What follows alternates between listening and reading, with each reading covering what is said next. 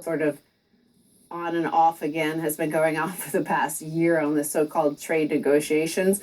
But right now he says we have the greatest and the biggest deal ever made for our great patriot farmers in the history of our country. Yeah, let's get Willie Nelson out. He should be introducing this great farm deal. Sing our song, Willie Nelson, we got a farm deal with China. Something like that. Of course, they love soybeans over in China. They love it. They love soybeans with their little pork buns. That's why we're going to help them with our great agricultural products right here in the U.S. of A. So, well, we have that trade war. We also have the trade deal negotiations ongoing between Mexico, the United States, and Canada, the replacement for NAFTA. Mexico is trying to get it signed. They're eager for it to happen and pass. But this is part of the deglobalization, that is part of the de-dollarization, that is part of the last days of fiat. So these are what we're seeing. This is what we're seeing. This is a theme we've been noting for the past 10 years. It's not just under Trump, though, with the hyper-partisanship in America, that is also part of this end of empire, end of the reign of the exorbitant privilege. I think the fact that the exorbitant privilege, whether they know it or not, they understand instinctively that it's coming to an end.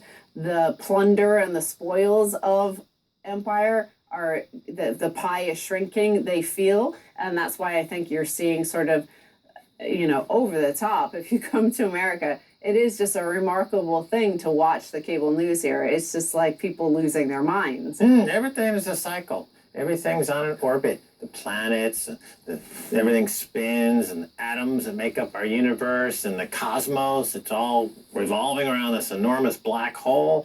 And business and monetary policies are also cyclical, and we have always a return to gold. And then people get rich and they think they're smarter than gold, and they introduce paper money, and then paper money runs for a while, and then there's a huge collapse, as is the case, or has been the case now, every single instance for the past 300 years. Every single paper money scheme, the dollar, the yen, the euro, doesn't matter what it is, the drachma, the whatever, have all gone to zero without exception. And China and Russia, they look back and they say, you know what, it always comes back to gold. That's why for the past 10 years, they've been hoarding hundreds and hundreds and hundreds of tons of gold in preparation for this cyclical turn.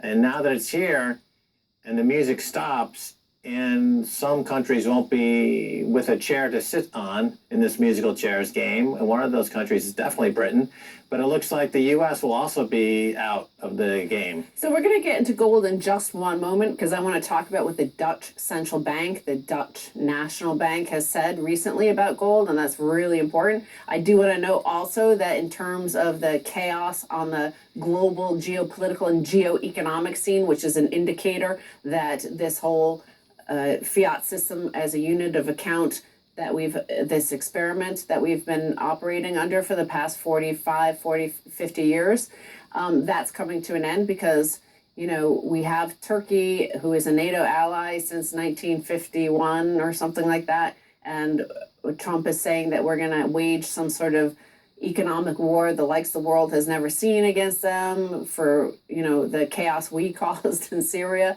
So we see these alliances falling apart. This is part of the deglobalization. It's just an observation. You could see it for yourself. You could see the facts. You could apply all sorts of partisan sort of analysis to it, or you could just say this is exactly as it has happened throughout history.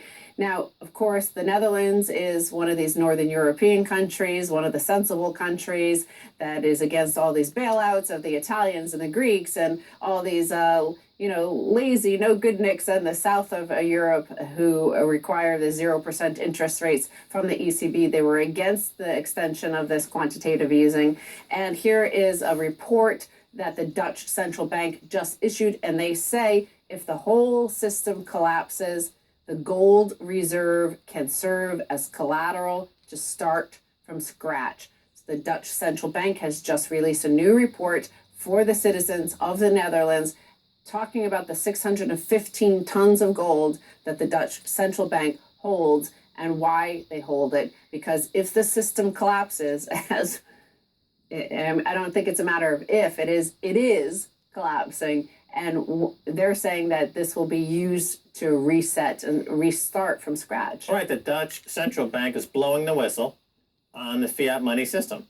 It's blowing the whistle. It's telling the people in the Netherlands that the fiat money system is essentially reached its end game. You know, you can't build a global economy if every single country has a different definition of what their unit of account is. And that's the problem since 1971 is every single country has decided that their currency is relatively valuable based on other currencies, but not against something that everyone agrees to be universally accepted as a unit of account, and that would be gold. So you have this Tower of Babel in the global economy, which you call geoeconomics, is become highly unstable. And as night follows day, and every cycle repeats, we're now back to a fiat money collapse cycle and gold taking preeminent cycle. And I can only sympathize with Trump, who he should free Julian Assange because they're both whistleblowers, aren't they? They've emerged as major whistleblowers here in the 21st century. You know, he should free Assange because now that he blew the whistle on some of these people, he knows what that feels like.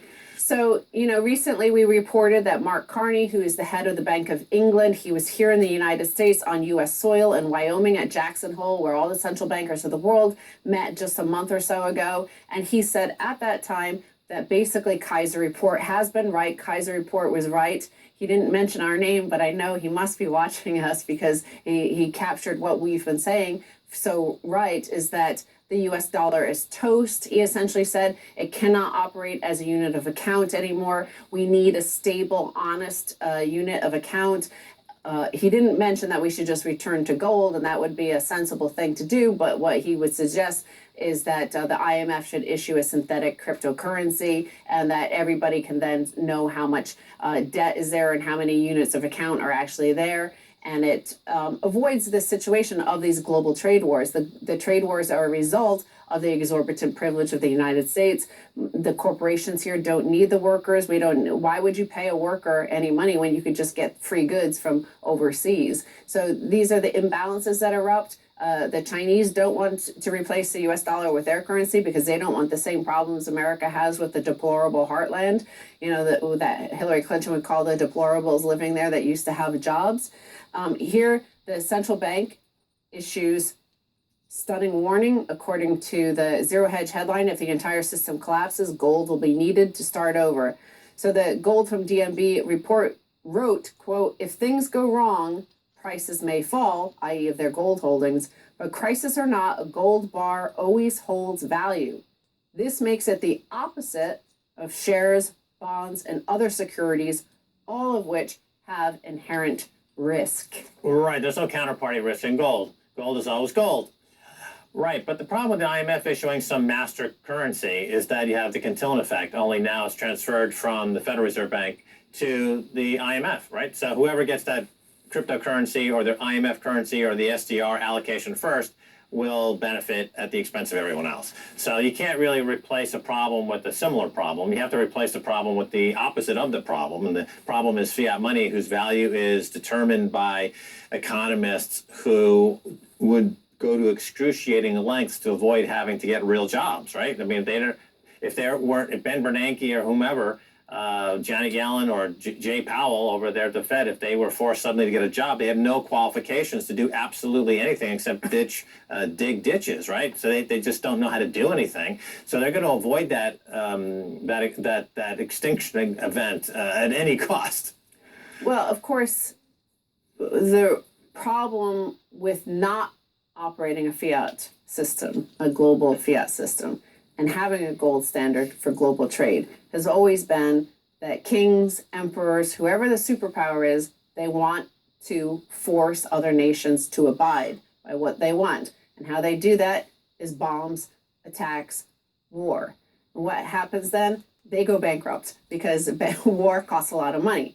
So of course, especially since 2000, because not only have we been off the gold standard since 1971, but we've also unleashed all the derivatives of the world which hide and mask all of our wars. All of our wars are essentially dumped into, since the Commodities Futures Modernization Act, since Glass-Steagall got rid of that, the banks basically print our way into war. So we've been at non-stop war. Non-stop since 2001. We have never not been in war. We have never not had a Syrian sort of situation, a Yemeni situation, a Somali situation, an Iraqi situation, an Afghanistan, Libya. We're Right. at war non-stop. So again, at the end of the day, this is what the fiat system that they're trying to control, and they're trying to. That's why I think you're going to have a hyperinflation and wars. You're going to, because they're needed to mask all the debts of the previous war. Right. So the value of life